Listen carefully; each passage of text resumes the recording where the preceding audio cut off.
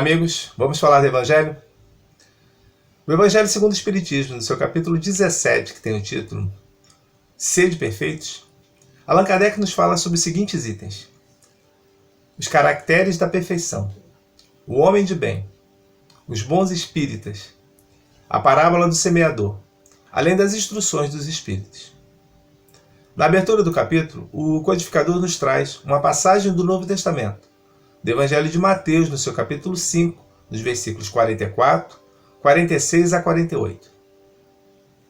Amai os vossos inimigos, fazei o bem àqueles que vos odeiam, orai por aqueles que vos perseguem e caluniam, porque se somente amardes aqueles que vos amam, que recompensa tereis disso? Não fazem assim também os publicanos? Se unicamente saudais os vossos irmãos, que fazeis com isso mais do que os outros? Não fazem assim os pagãos? Sede, pois, vós outros perfeitos, como perfeito é o vosso Pai Celestial. A sentença, sede perfeitos, como perfeito é o vosso Pai Celestial, se tomada ao pé da letra, pressuporia a possibilidade de atingirmos a perfeição absoluta. Todavia, se a criatura fosse dada a possibilidade de atingir essa perfeição, ela se tornaria igual ao Criador, o que é inadmissível. Jesus falava para um povo que não compreenderia essa nuance, razão pela qual ele criou um modelo e pediu para que eles atingissem essa meta, embora possamos entender que seja a perfeição relativa. O verdadeiro homem de bem é o que pratica, que cumpre a lei de amor, de justiça e de caridade na sua maior pureza. Interroga a sua consciência sobre os seus atos. Se violou essa lei, se praticou mal, se fez todo o bem que podia, se teve a ocasião de ser útil e não fez, se alguém tem qualquer coisa contra ele, ou seja, se fez todo o bem ao outro, assim como ele deseja que o outro lhe faça. Deposita fé em Deus, na sua bondade, na sua justiça, na sua sabedoria. E sabe que sem a sua autorização, sem o seu consentimento, nada acontece. Razão pela qual se submete à sua vontade em todas as coisas. Tem fé no futuro, razão pela qual coloca os bens espirituais acima dos bens temporais. O bom espírita é o bom cristão.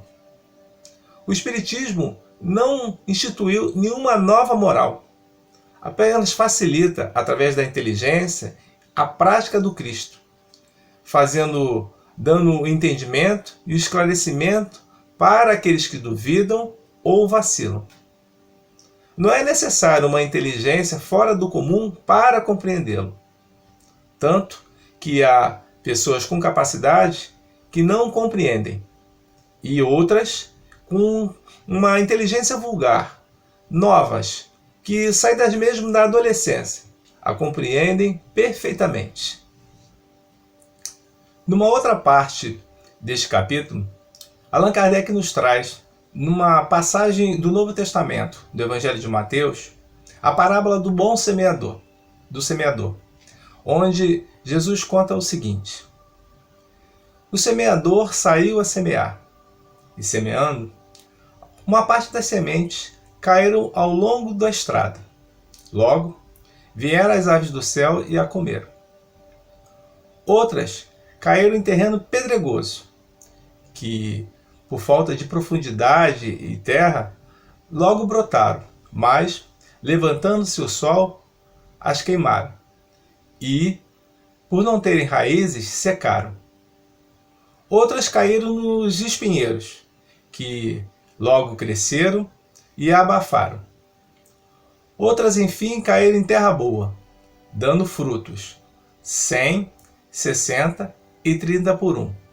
Ouça quem tem ouvidos de ouvir. E Jesus explicou a parábola.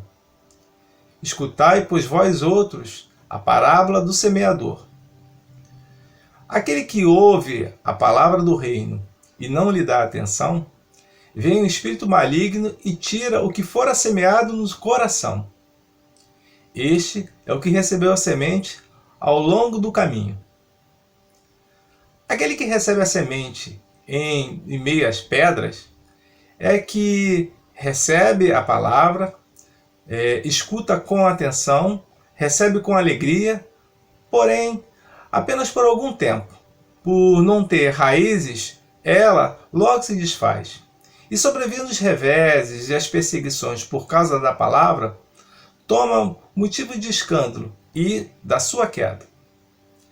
Aquele que recebe a semente entre os espinheiros e escuta a palavra, ouve com atenção, porém, sobrevindo os cuidados deste mundo e as facilidades, a ilusão das riquezas, ele as abafa e se torna infrutífero.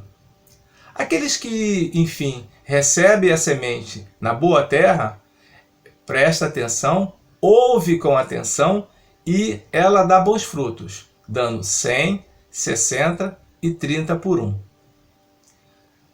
A parábola do semeador exprime perfeitamente os matizes existentes para o ensino do Evangelho do Cristo, pois que representa efetivamente aquilo que o Mestre amado veio nos apresentar como a sua orientação máxima, o seu Evangelho de luz e de amor. E o que nos fica para a atenção dessas parábolas? Que nós, espíritas que somos, temos que entender que não estamos indiferentes a essas colocações, pois que nas diferentes categorias de espíritas nós vamos encontrar aqueles que, apenas observando nelas, não veem nenhum tipo de instruções nas comunicações, que veem apenas aspectos dos fenômenos materiais, ou seja, tratam apenas como curiosidade. Outros ainda verificam as situações das comunicações dos espíritos como um fato que apenas para sustentar a sua imaginação. E, ouvindo as comunicações, depois se tornam frios e indiferentes como eram antes. Há aqueles também que gostam do que ouvem e veem com admiração os conselhos dos espíritos. Porém, tratam aquilo como não para eles, mas sim para os outros, não como para aplicação própria. E, finalmente, aqueles que recebem a orientação dos espíritos e, como na boa semente, plantada na boa terra, dá bons frutos. Estes, sim, são aqueles que vão frutificar as orientações máximas do Evangelho de Jesus.